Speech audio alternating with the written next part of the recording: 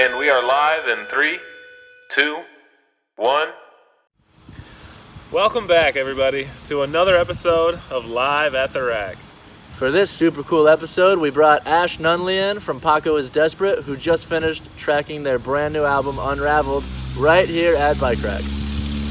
This first song is from my first EP, And Now What About Now, and it's called Home Is No Longer Home.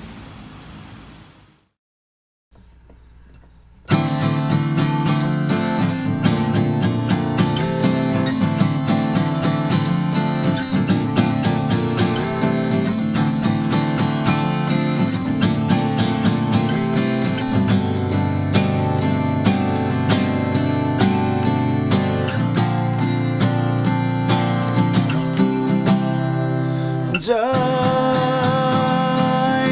am unhappy, and I feel like there's nothing here for me, and I just wanted to go home, but home is no longer home.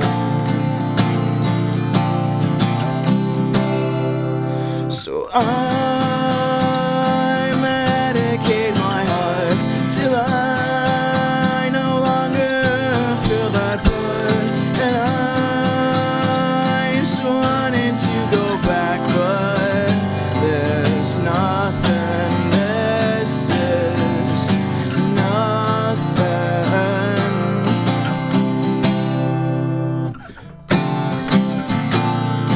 And I'm falling in rhythm too. The sound of a cry for help. I'm tired in motion. I don't need anyone but myself. The defiant emotion of my life has been helplessness. Maybe at the end I can finally feel bliss. But I don't get my hopes up. No, I don't get my hopes up. No, I don't get my hopes up, 'cause home is no longer home.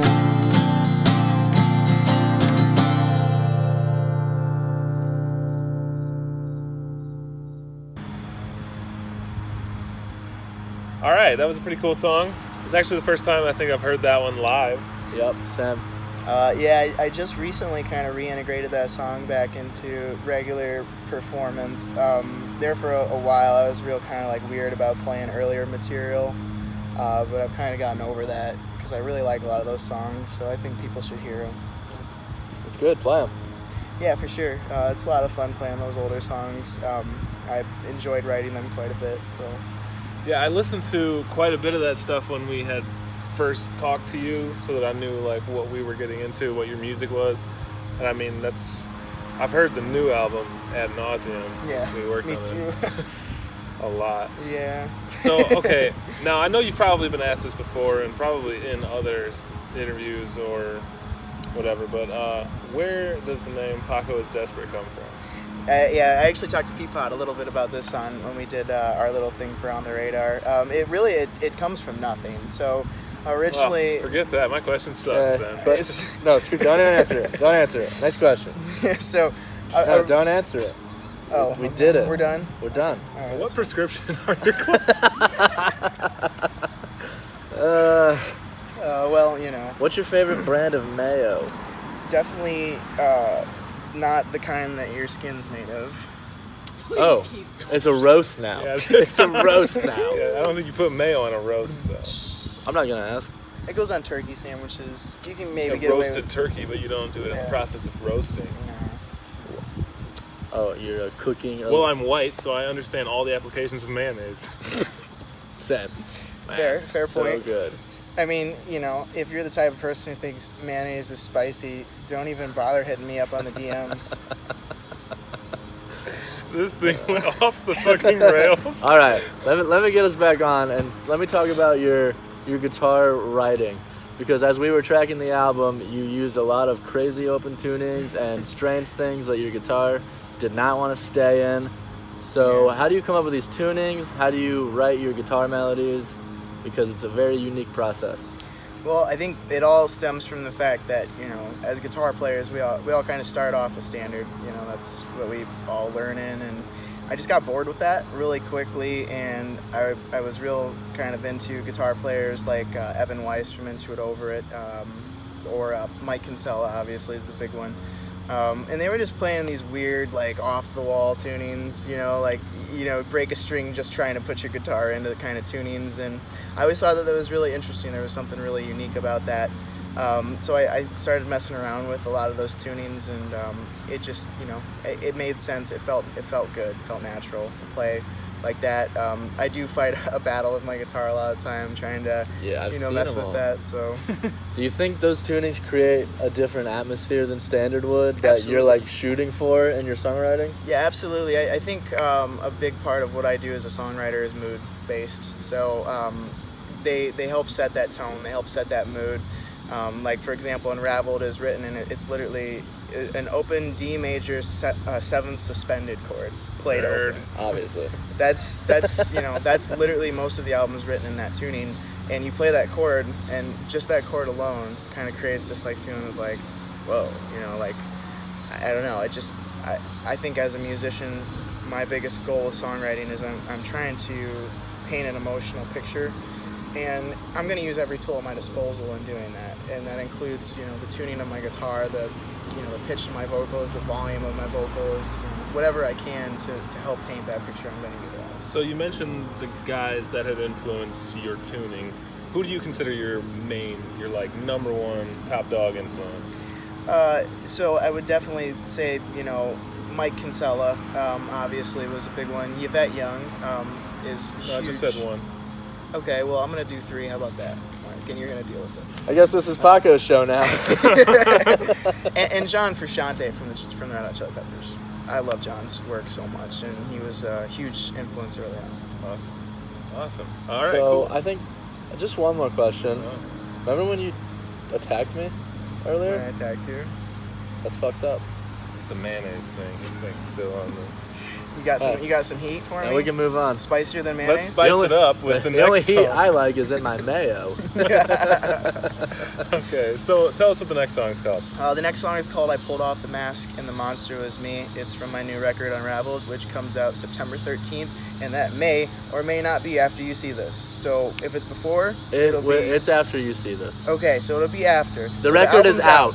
Yes. Go listen to it. You've heard it, and if you haven't, you're making a big boo-boo. Yeah, go. He's right. All right, let's get to it.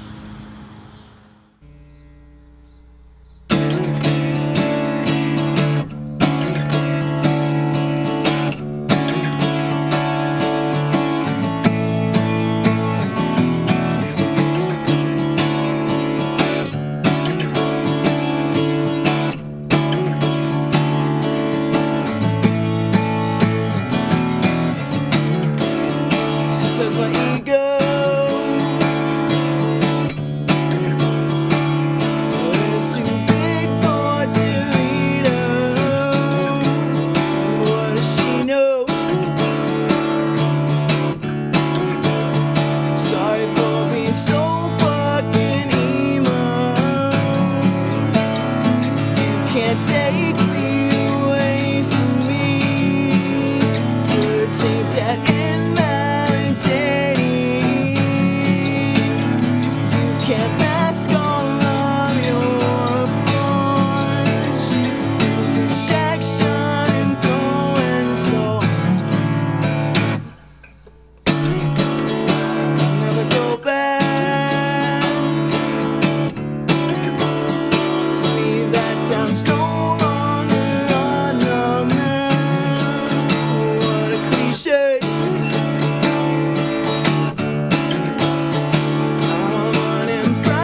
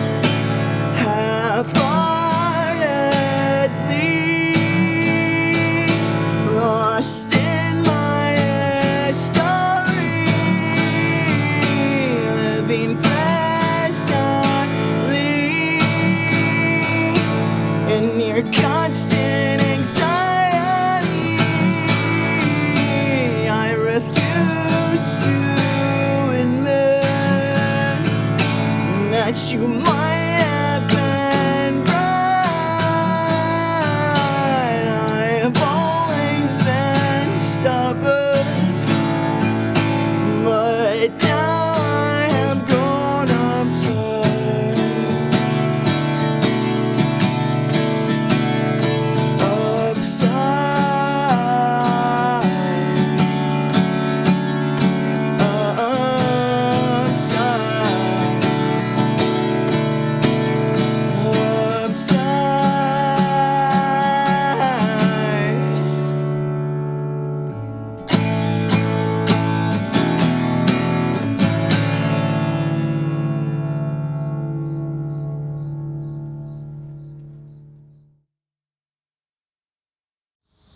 All right, there you have it, guys. That's another excellent episode of Live at the Rack.